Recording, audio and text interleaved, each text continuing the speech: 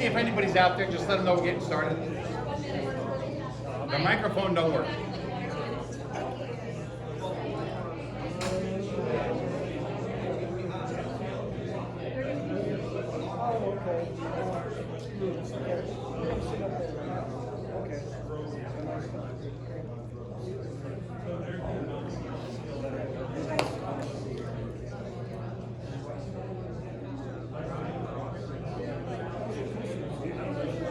All right, are we ready? Yeah. Ready?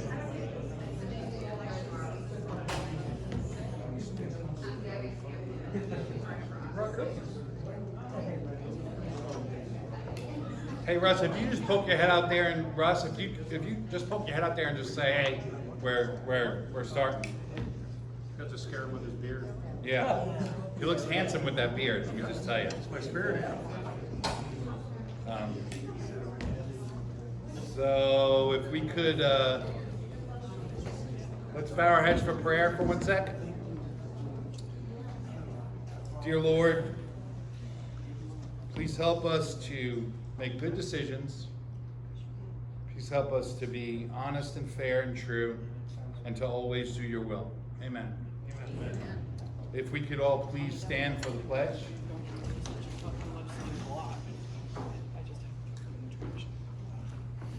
I pledge allegiance to the flag of the United States of America and to the republic for which it stands, one nation, under God, indivisible, with liberty and justice for all.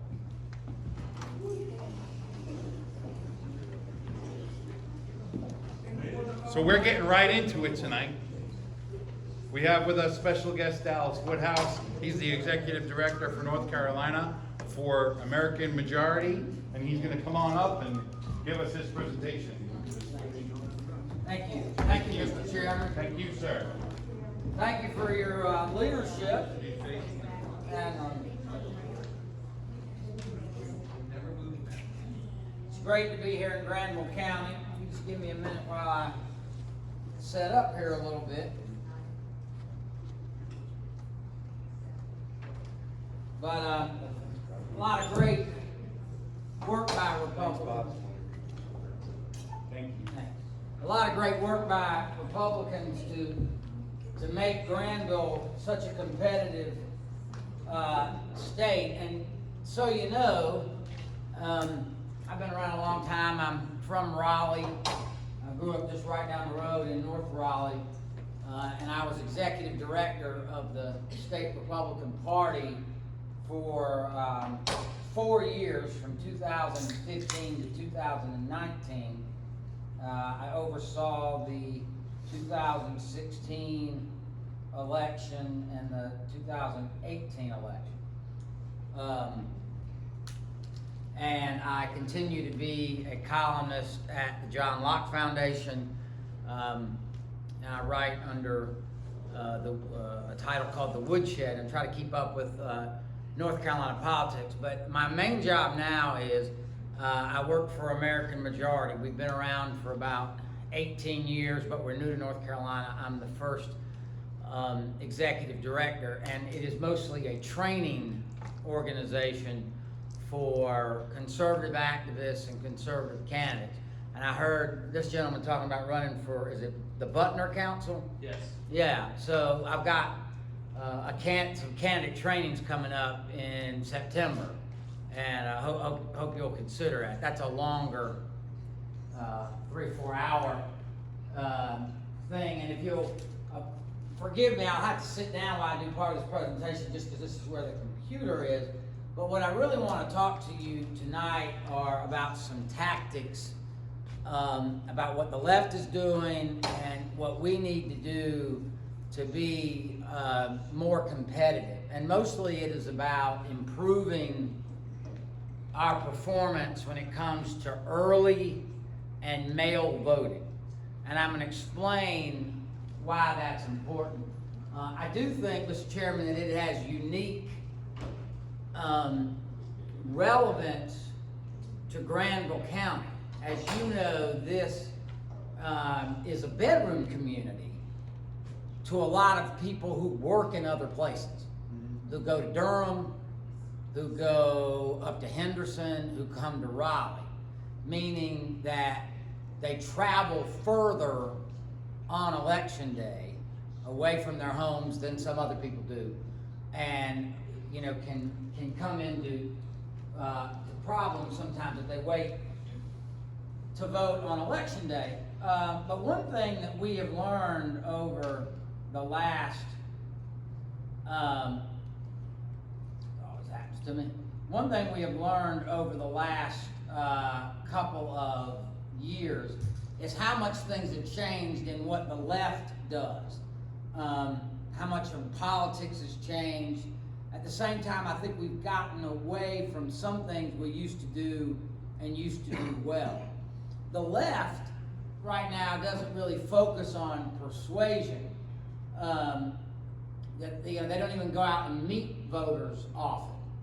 But what they're doing is chasing ballots, especially ballots from very low-performing voters. We might say low information voters. In states that it's legal, the Democrats have really perfected ballot harvesting. Just so you know, ballot harvesting is the third-party collection of mail ballots or absentee ballots. Thankfully, we don't allow that in North Carolina. That's illegal.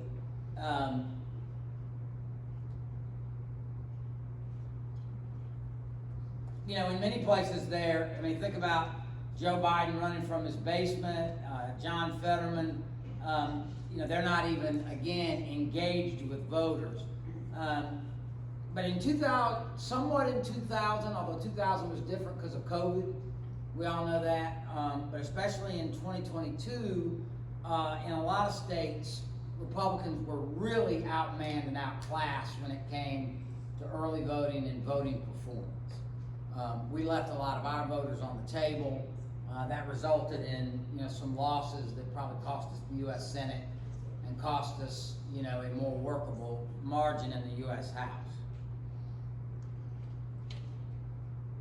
The left strategy has become sort of a ballot in, ballot out strategy. They realize that they have enough votes to win.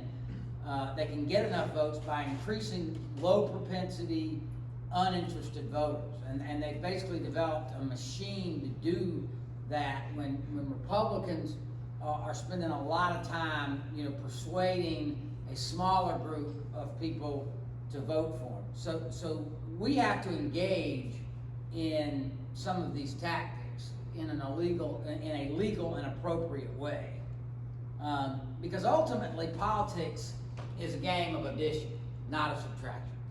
And if you don't get all your ballots in and you don't win, you don't get to do the things you want to do.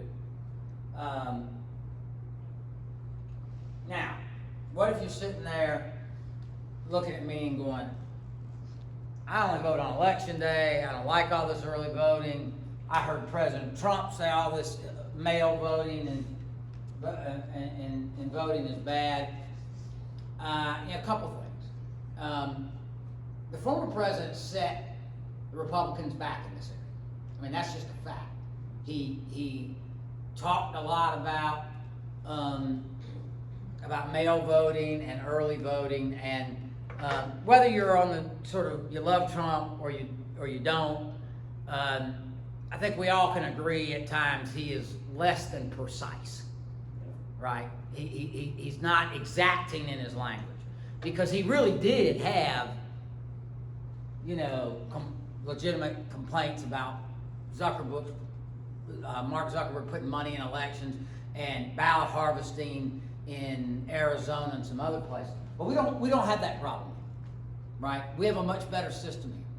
I'm part of the reason I'm here is for you to inspire confidence in you in the system that we have in North Carolina, which I think is pretty strong. It's not perfect. There's no perfect system. And Republicans are making changes in North Carolina to the system in a way that I think is good. But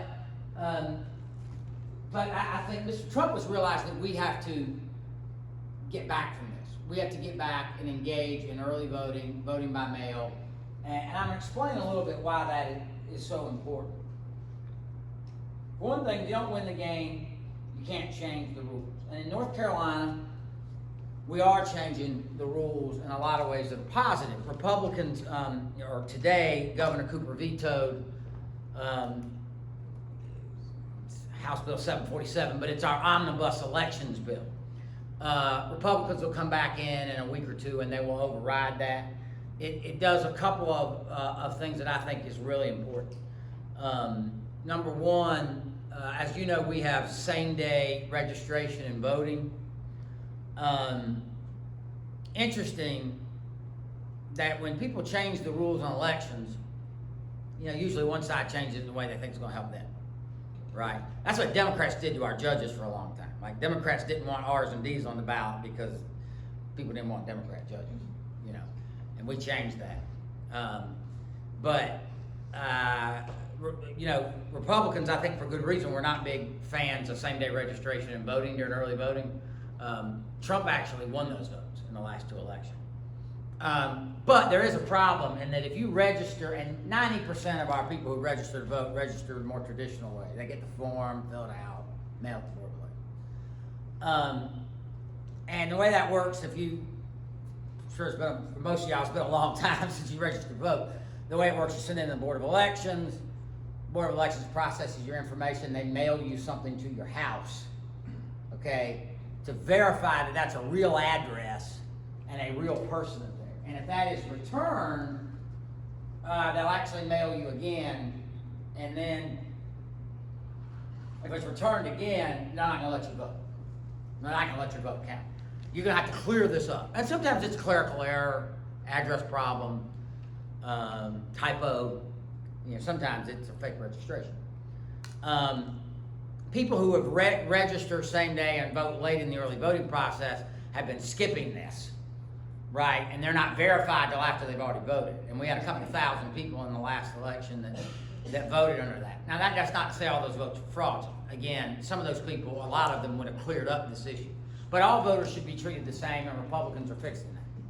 The other thing is, I think the change that's got the most notice is, it used to be if you voted by mail, your ballot, if it was at the Board of Elections on Friday after the election, if it was postmarked by Election Day, that ballot would count. Republicans are changing that. They're going to join, 60% of other states in America and have the deadline on Election Day. If your ballot's not at the Board of Elections by the time the polls close on Election Day, then your ballot's going to count. And there's actually a legitimate reason for that, and that is postmarking with the post office is somewhat unreliable. They don't actually change the dates all the time, and most people it doesn't matter whether the day's off a day or something. And there's just been issues with the postmarks, so I think that's a good change. And there's some other things they're working on the Board of Elections and some other things which I think are good changes. But what they're not doing, they're not changing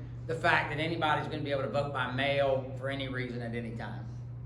Well, have the longest period of mail voting in America. That's not changing. No excuse voting by mail is not changing. 17 days of early voting is not changing. Okay, so my point is, there's a lot of reasons for that. Some of them legal, some of it, a lot of our people do it. And so my point is that those are going to be the rules.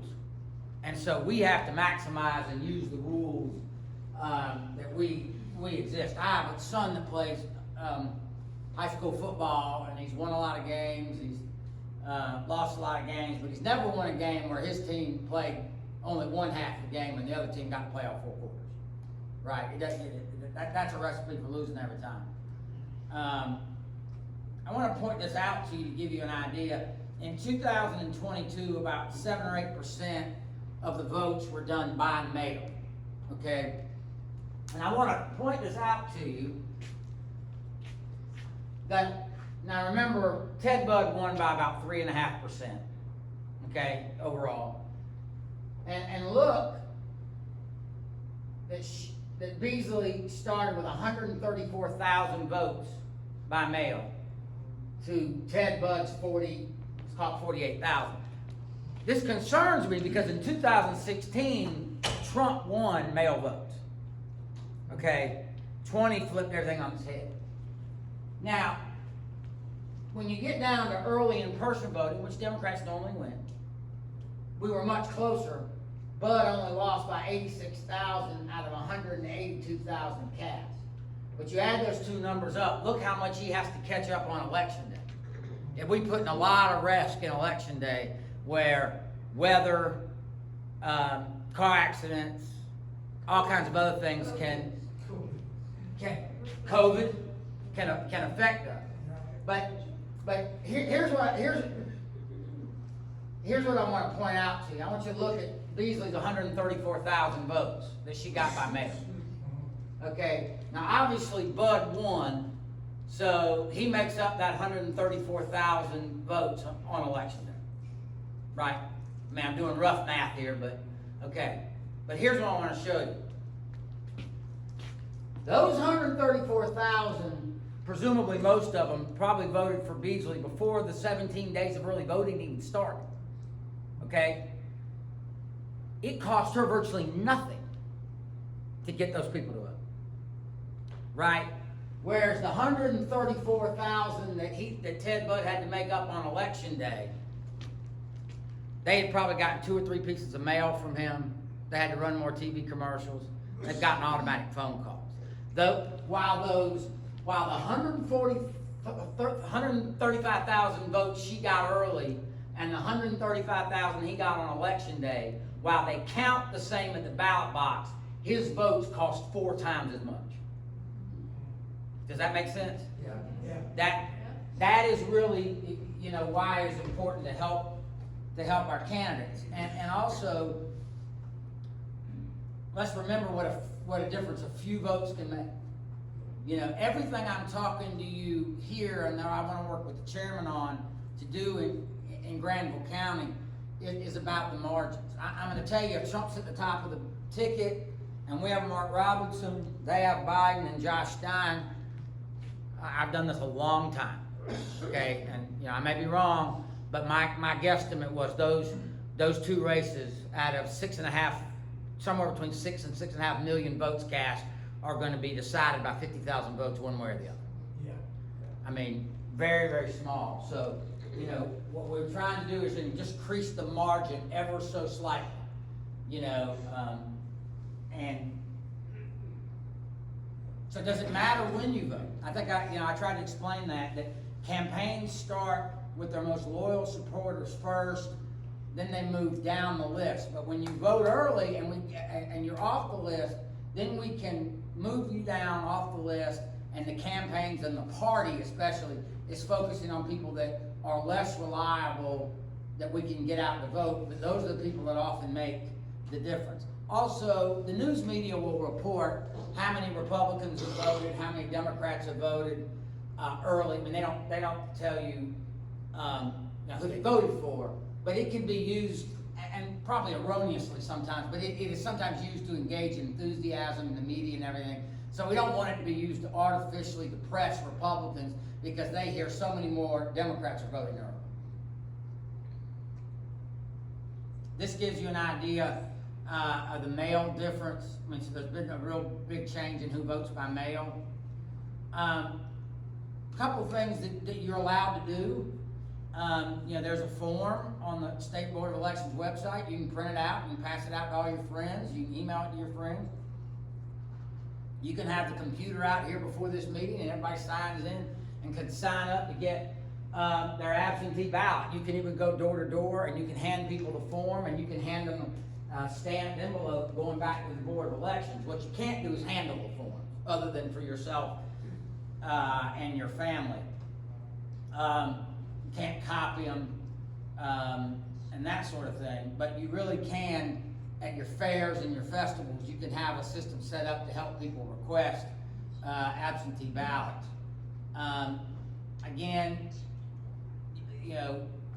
when you get the ballot, they need to be back by election day, and so I'd put them in the mail no later than a week. Florida has done a really good job with this over the past decade. What they do is they spend a lot of time in the early voting period getting their, what we call higher propensity voters. That's like most of you in here. Your 3 or 4 and your 4 or 4 voters to vote early. and then that gives them more time to work on a smaller group of people to turn out at the end. They have now won 21 out of 24 statewide elections, where Democrats still outnumbered Republicans until the last couple of years. Now, DeSantis is a good governor, was a good candidate. He was going to win this last time anyway, because Charlie Crist was a joke. But he wasn't going to win by 17 points without this program. He won by 8 or 9, not 17.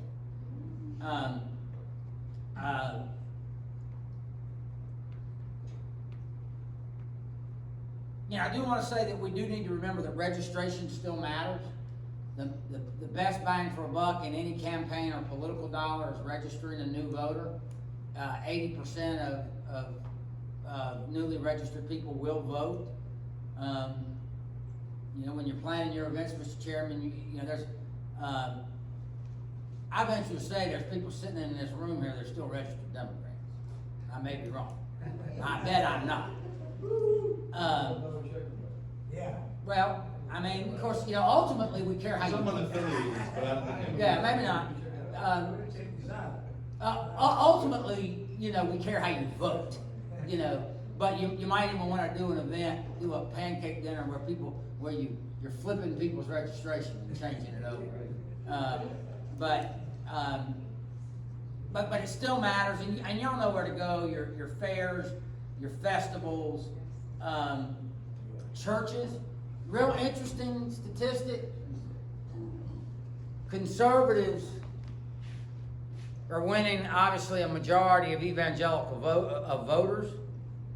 Let me say it again so I make sure right. Conservatives and Republicans are winning a majority of evangelical voters. That's not the same thing, and it is not true that a majority of evangelicals vote. So if you have a conservative church and they'll let you do a nonpartisan voter registration drive, a nonpartisan absentee ballot drive, that's something I would highly recommend you think about. Something else you can do, Mr. Chairman, the state party can give you the movers list. That wouldn't be a huge number here, but could be a couple hundred, could be 500 people that have moved from Durham County, people that have moved from Person County, and they're good voters, they're good Republican voters, they just haven't thought to re-register yet. And you can go, and the best thing to do is go to their house, just leave them a note saying, hey, just want to check make sure you're registered, leave them a couple of forms. When I was at the state party, we had a lot of luck with that. What does a really good absentee ballot chase program look like? Keep registering people to grow the base, get as many of your high-performing and low-performing voters to request absentee ballots early in the process. Chase those ballots and have you get out the vote. Don't assume people know the rules, right?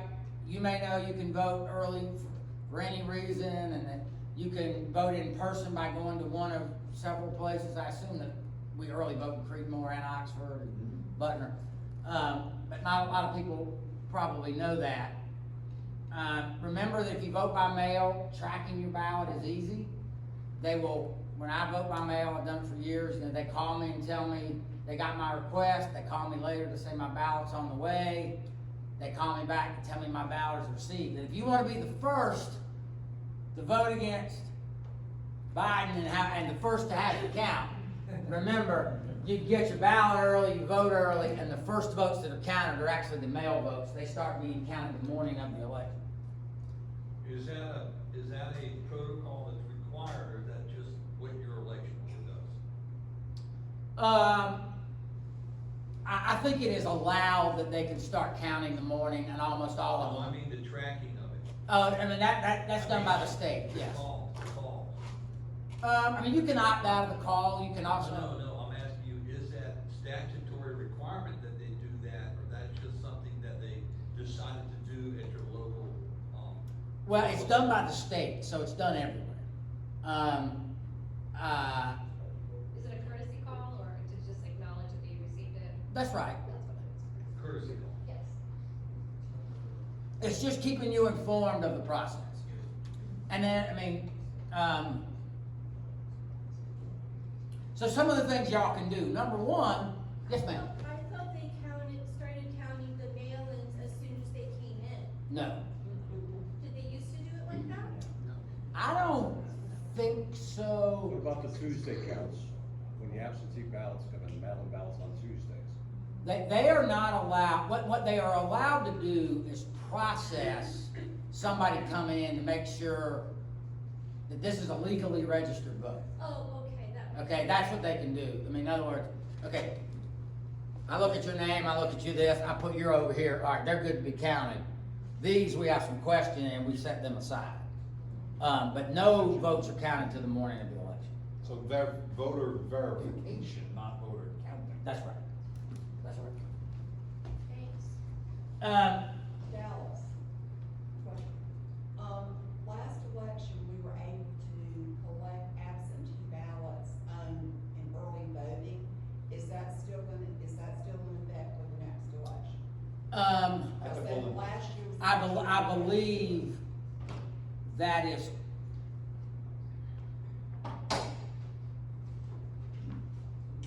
I'm gonna check on that. I think that's correct. I'm trying to think if that was a COVID thing. I think we may have changed that the absentee ballot has to go to the Board of Elections.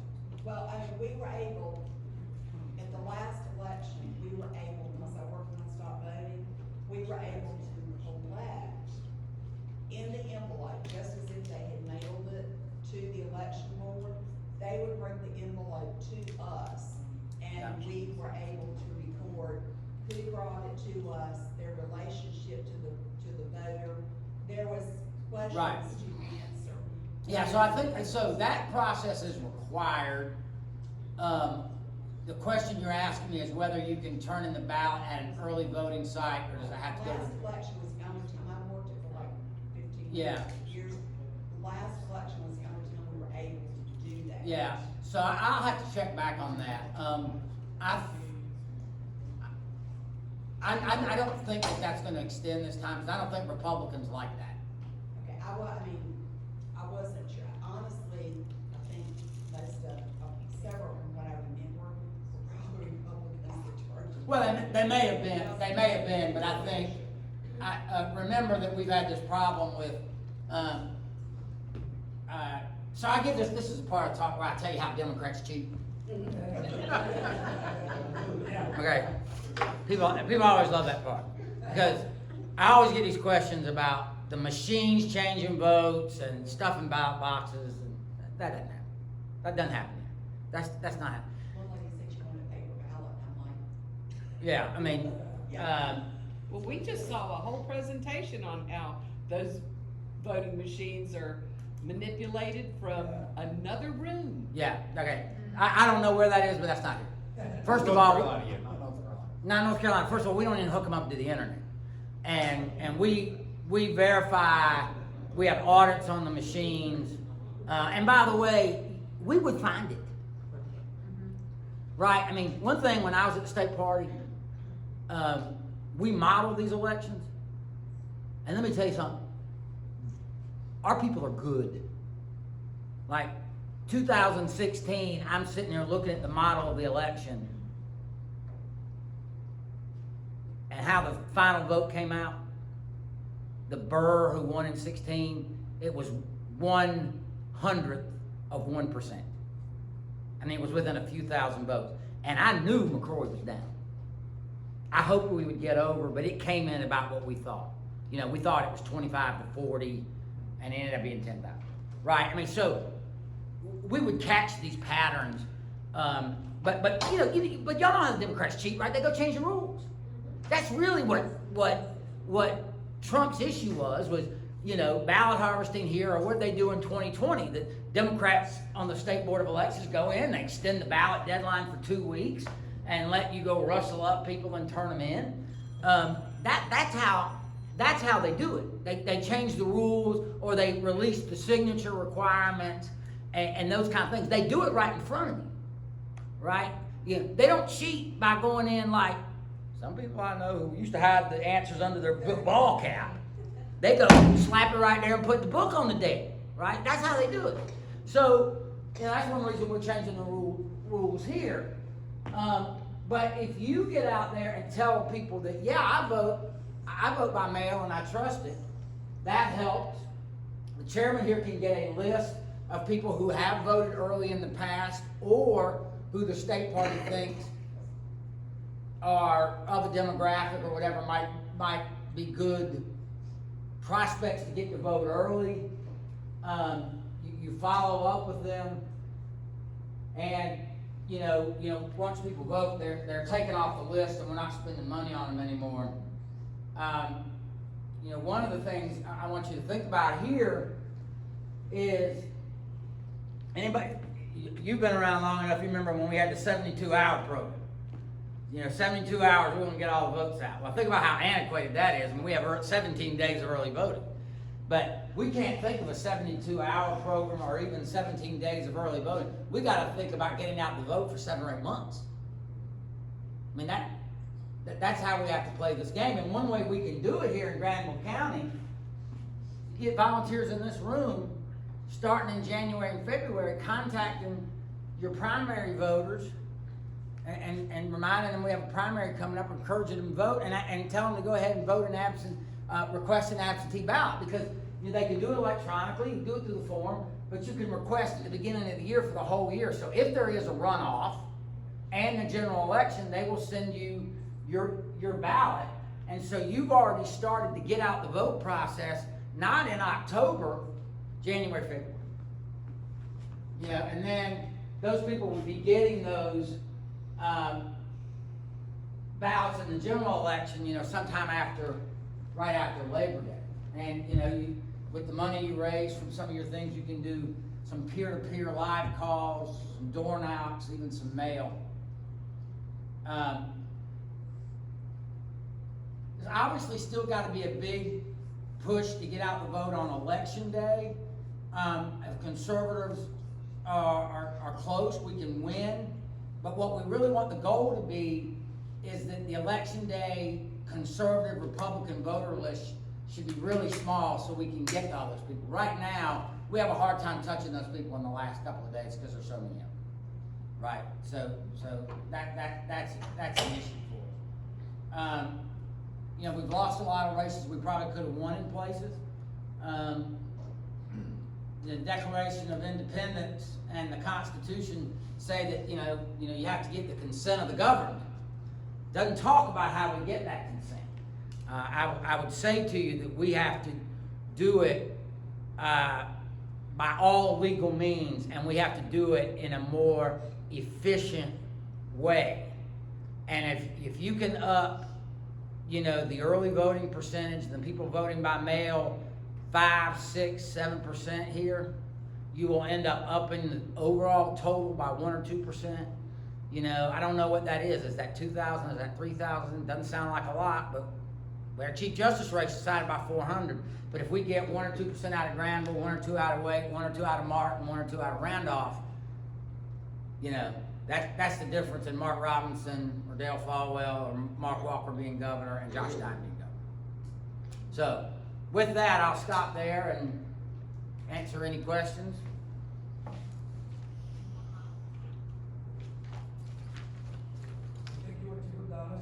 Thank you. Yeah. Yes, sir. I have one.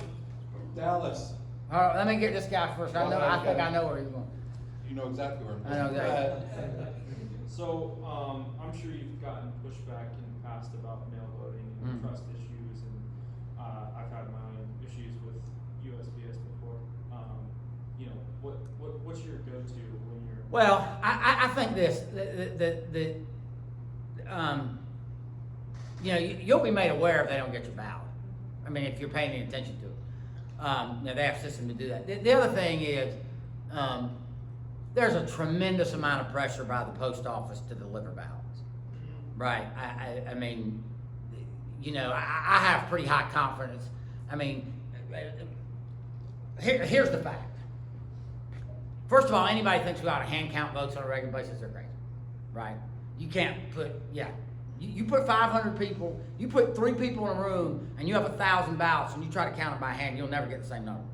Okay? You start doing that. I disagree. Okay, well, but if you, well, maybe I should use a higher number. Been there. Get there 50 or I 100,000 ballots, but the machines are very, very accurate. But when we do statewide recounts, okay, and we run the ballots all through the machines again, okay, and there's 5 or 6 million votes, there's 100 or 200 vote difference, okay, and that is that the machine, even though they're extraordinarily accurate, will mess up 1 out of every 10 to 15,000 ballots. And my point is this: you're just as likely to have, I mean, it's just as unlikely that you're the one, and you would never know it, the 1 out of 15,000 ballots that gets messed up by the machine as you are for them not to deliver your ballot. Oh, okay, I see. Well, they're not 100% accurate. I'm not saying they're 100% accurate. I'm saying they're more accurate than human beings. But I mean, you know, they're. What would be the inaccuracy? I mean, well, the inaccuracies, every time you put the ballot in the machine, it can read it a little different, or the ballot smudges. But I mean, you're still. Bends. It bends. I mean, maybe. I mean, again, it is a. I mean, again. That would be inaccurate too, like if it was rejected. Now, also remember this, okay? That these mistakes average out. Okay, so in other words, my Sherry Beasley voters, my Paul Newby voters, you know, exponentially of hundreds of thousands. Okay, and they miscount 1 out of every 20,000 ballots on this side, but they also miscount 1 out of 20,000 on this side. Okay, so it averages out to just a handful of ballots difference when you know, I mean, the systems are very accurate. Now, I mean, if we literally have a statewide vote, you know, out of 6 million people that's decided by 10 people, you know who's going to win that? Whoever's in charge of the Board of Elections. Okay, I mean, one way or the other. I mean, but the systems are very accurate. I have a lot of confidence in our system. I think Republicans are making it better. The important thing is we have to. We were doing a better job of the early voting and voting by mail, and we need to get back to it. It makes a difference for our candidates. We have to take pressure off our candidates, and we just, I mean, the margins are getting so thin in North Carolina. So, well, I mean, there's two things. One of the things I would say is that I don't really like, I'm a vote on election day, that's it, guy, but I think that part of like your point is, these are the rules. Right. We don't have to like the rules, but these are the rules. Right. And so we need to try to use every advantage we possibly can That's right. within the confines of the rules to win, to change the rules. That's right. I don't like the fact that, I don't think that, I'm disappointed in the legislature for a couple of reasons, and one is because they didn't make the changes that they should have, all of the changes they should have made. I think they could have made sweeping changes and they didn't. They have a supermajority, they could have done whatever they wanted, and they didn't. I don't totally agree with that because there are court precedents they have to follow, and the courts, I mean, the courts have been very, very difficult about if you establish some voting procedure and then take it away. But I'm also not sure it would help us. Like, I don't think it automatically be better for Republicans to go from 17 days of early voting to 10. You know, I'm not sure it would help Republicans to not have same-day registration. I mean, we need to have security in this. Anyway, I'm sorry. But Well, I mean, and then the other thing that they did is they forced open primaries. They codified it into law. yeah, And I mean, they did that, and why now? Why now, all of a sudden, why now? They were opened in 1987, why now? And every single year, you know, every year there's been resolutions put forth to Yeah. close the primaries, and they've never been able to do it. Why now? Does it have to be done? Tell me why. so. Knowing that I'm the one that wrote the. Yeah, so, I mean, of course, Mr. Chairman, you know, we're friends and this is an area we don't agree. We disagree. and. But we can have that fight, but now we can't have that. Right. That's the problem. Well, I mean. Now we don't have, now. Well, we don't except, have it. and I wouldn't recommend this, but if you really wanna have the fight, you can have a convention. Right, you cannot have, I mean, the only way the state gets to decide who votes in the primary is if they fund the primary. If the state party decided to elect all its candidates in a state convention, again, I think that's a horrible idea. You could do that. I suspect the reason they did it, and I don't know this, but I suspect the chairman, I'm sure that the chairman and the party leadership, didn't wanna keep messing with this. They got to. But I will make this pitch to you. And I think it is important, if you're kind of on that open primary side, I think it is important to remember a couple things about our unaffiliated voters in North Carolina. First of all, as a block, unaffiliated lean Republican. I mean, remember, we've been winning some statewide races when they don't write today, when Democrats still had a majority registration. So if we weren't winning unaffiliated, we wouldn't win.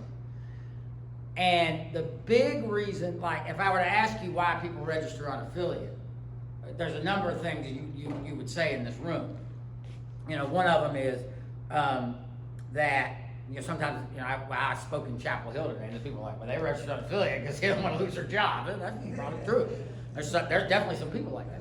Or they don't really like either political party, right? You heard that. But the biggest reason is not political. It actually has nothing to do with politics, okay? It has to do with, I don't want to do a show of hands here, but I'd be interested to see how many people here used to be members of the Lions Club, the Kiwanis Club, the JCs, the Ruritan, right? Civic organizations that are all dying off. And that is because people aren't affiliating with anything. It is a societal thing.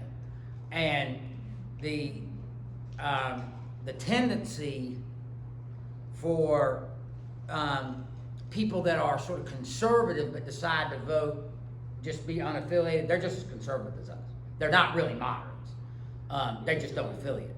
Now, the thing that was important to me was when I was at the state party, in 2016, we had a lot more unaffiliates voting in our primary in 16 because Trump and Cruz and Kasich was the thing, right?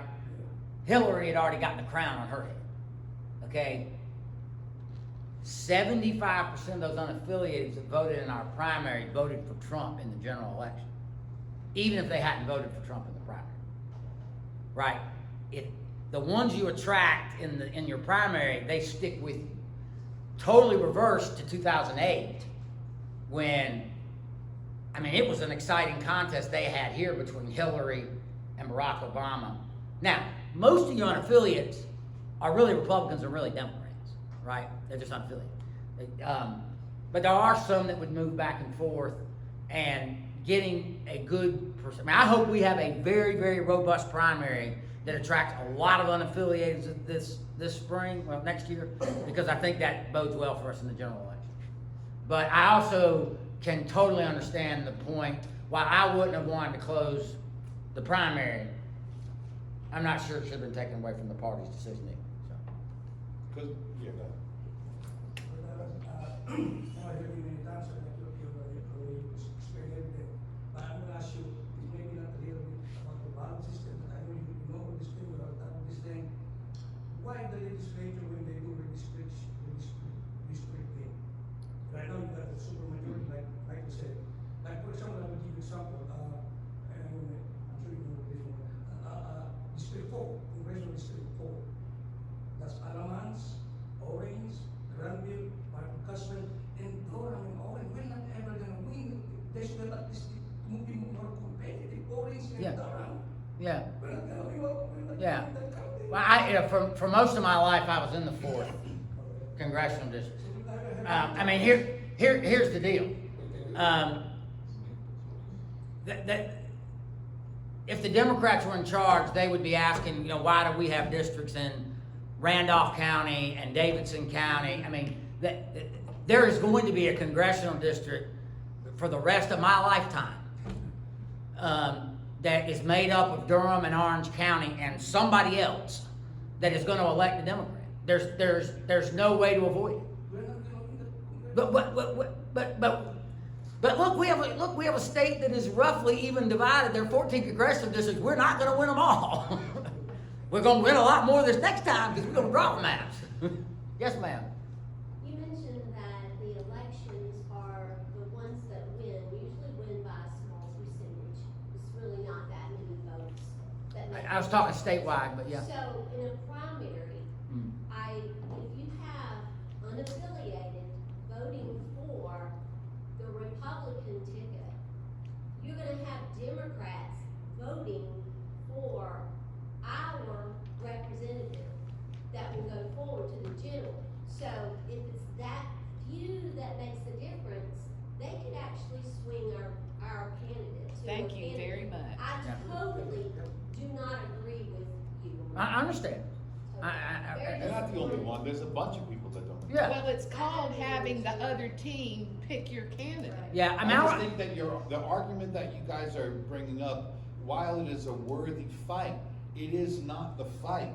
The fight is, they have taken the option away. That's the problem. It's not, if you wanna have an And the open question primary, is why? that is the question. Why now? Did it have to be taken away now? yeah, but I'm just, first of I all. don't know why. First of all, I just want to make it real clear that I'm getting paid tonight by American majority, and this ain't our fight. Mine is to get you to vote early and vote by mail. But I did used to work for the state party. I had predicted some time back that if they really got, and I don't know how close we got to closing the primaries. I didn't think we were that close, but the elected officials believe it is in their best interest to win in the general election to have unaffiliates voted in the primary. Okay. There's some statistical data They're that just points wrong, them in but that direction. Because you were making statements about. Yeah, I think if you closed off your primary and no unaffiliates can vote, there are going to be a lot more that vote in a Democrat primary and become attracted to Democrat candidates. You think that, but what statistical Well, data the do you statistical have? data I could give you is that 75% of the unaffiliated that voted in the Republican primary in 2016 voted for Donald Trump in the general election, even if he had not been their candidate in the primary. Doesn't Florida have closed primaries? Um, And Tennessee? And Kentucky. I mean, Florida, to my recollection, has closed primaries. Unfortunately, I have bad internet in here, but they have closed primaries and they dominate for Republicans. So And I does realize Kentucky. this is not our fight. Like, Yeah, Dallas I mean- is not gonna change. Yeah, I'm not- The best way to change it, by the way, is you call your elected officials, you call your state house reps and state senators, and get on them and say, why did you do that? But I do want to point out that when I was, one of the last years that I was at the party, which would have been, it was either 18 or 19, we had the resolution that year to keep the primaries open.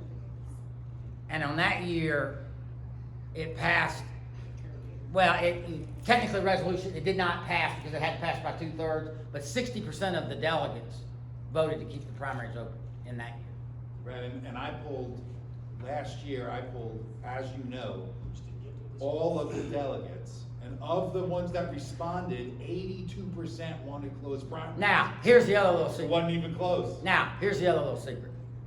Here's the other problem. Is that in truth, I don't believe the convention can do it anymore. Now Because, they can't, no, because they just got I don't it. think they could have done it before.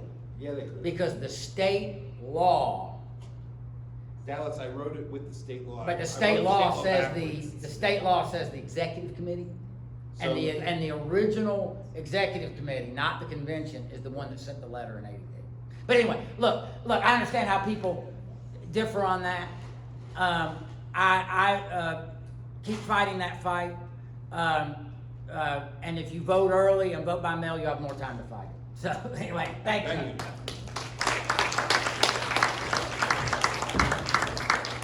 Thank you so much, Dallas, for getting beat up by us. We're gonna bust through some. I gotta switch my computer because I don't know who's up next. But we'll have some speakers. I think you're up. So Sandy's gonna be just a couple minutes. Sandy Smith, she's a congressional candidate for District 1.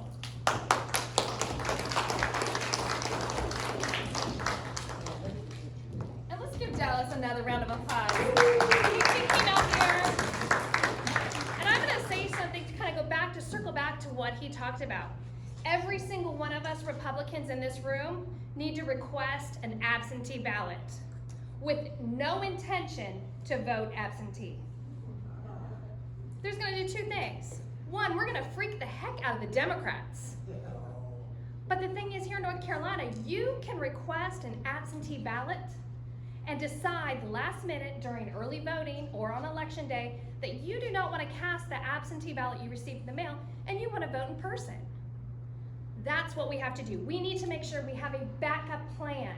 The Democrats are focused on getting their voters to the polls no matter what it takes. And we need to do the same. As a matter of fact, we have to do a better job of it. So I encourage every single one of you, request an absentee ballot. I requested an absentee ballot in 2020. Received the ballot, had it just in case, because you know they had these lockdowns going on periodically where we didn't know, were they gonna cut our voting time off? Were they gonna restrict us on when we can go vote? I wanted to make sure that I was gonna be able to cast my constitutional right to vote for president, for our senators, for our governor. So I encourage you all to do that. We have to do that. We have to make sure we are prepared because they are already talking about potentially bringing masks back, COVID lockdowns, and we have to be prepared. So I actually want to talk about redistricting. Everybody ready for redistricting? We don't know if I'm going to be in District 1, if we're going to be District 2 or District 24. Well, we know we're not 24 because there's only 14. But they're in the process of starting redistricting very soon. Speaker Moore just announced that we should have redistricting maps right around the second or the third week of October, which is fantastic. We're excited, and I am prayerful that my people here in Granville County are included in my district, because like I said, you are my people. We have to make sure we have a strong showing this during the primary, but also in the fall. We also have municipality elections that are coming up, very quickly here in November. So you make sure you get out and vote local, because honestly, we can vote for the best president in the world, we can vote for the best senators and governors, but if we don't have good representatives on our local level, we can't get things done. So make sure you get out and vote, because every single one of these offices is important. I'm gonna pass around one of my little donation envelopes, because what Dallas was kind of talking about is, during election, let me tell you, it cost me $4 for every single vote that I received. That's what it kind of averaged out with all the money. Don Davis, it cost him over $50 a vote. Now let me remind you, we flipped 6,000 votes, so it's just a small little bit of a few votes. I'd be sitting Congresswoman. So that's why it's so important to get the funding. Oh, and the other thing is Nancy Pelosi stuck $6 million on it, gave him $6 million. So we need to make sure that this is Granville's grassroots. Let's just say we're grassroots. We basically throw the seeds out and wait for the grass to grow. But we need some financial support to make sure we get our strong grassroots Christian conservative Republicans, America First candidates into office. And I would encourage you to take one of the donation envelopes. If you could throw a couple dollars in there, that'd be awesome. If you can't, because you know what, I know there's a lot of families that are struggling. We just went back to school trying to buy school supplies. Put a prayer in there, because I'm putting and you mail it back to me, I'm putting it into a prayer box, because it's gonna take prayer for us to save our country. So, God bless you guys. I love you all, and follow me on Facebook, Twitter, Sandy Smith NC. God bless. Thanks, Sandy. Thank you so much. Thank you. Okay, now we have AP Dillon. I'm sorry, sure, can I ask Cindy a quick question? Sure, why not? Yes. When you said request the absentee ballot. Yes, ma'am. And even if you decide later to go and vote in person, did you say that, if you request the absentee ballot, you have to contact them and let them know? No, you just walk right into the ballot, the voting precincts, and give them your name, show show your But ID, they don't we can show consider that ID. a conflict and a potential conflict, okay. Right, and some people say you can bring it with you, because sometimes they say you can turn it and destroy, but they don't ask it. They'll note out, and they'll see that you have not voted, and they'll give you, your ballot. Okay. And it is not a provisional ballot either, that's something that's very Okay. important. All right, thank you. Thanks.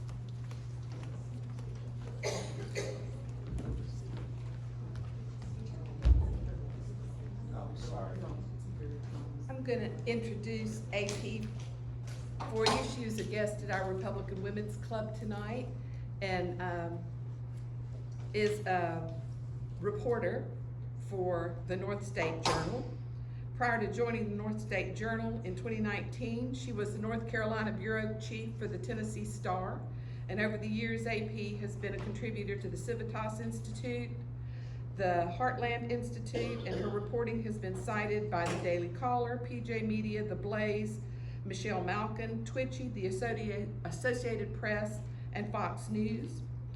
Her writing can also be found on the popular publishing site Substack, and you can find her column More to the Story by visiting apdillonsubstack.com. Before joining North State Journal, AP was a leading voice and advocate for student school choice in North Carolina for almost a decade, and she was a key figure in the opposition to the Common Core in North Carolina, starting in 2013, and in 2014, she was a panelist in Glenn Beck's national live broadcast event about Common Core called We Will Not Conform. In 2017, Michelle Malkin gave AP the Bulldog Award for her nationally recognized work fighting Common Core, and she also received multiple awards from the North Carolina Press Association for her reporting at North State Journal. Ms. Dillon grew up in Syracuse, New York, and attended Syracuse University, moved to Wake County in '97, and settled in the suburbs of Raleigh, where she currently resides with her husband and 2 sons. Ms. AP Dillon.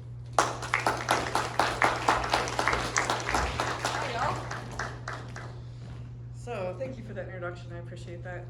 For those of you who aren't familiar with my work, I'm the resident pain in the ass in North Carolina politics. In the press pool, I ask the questions that they really don't want me to ask. So I guess maybe I am your cup of tea.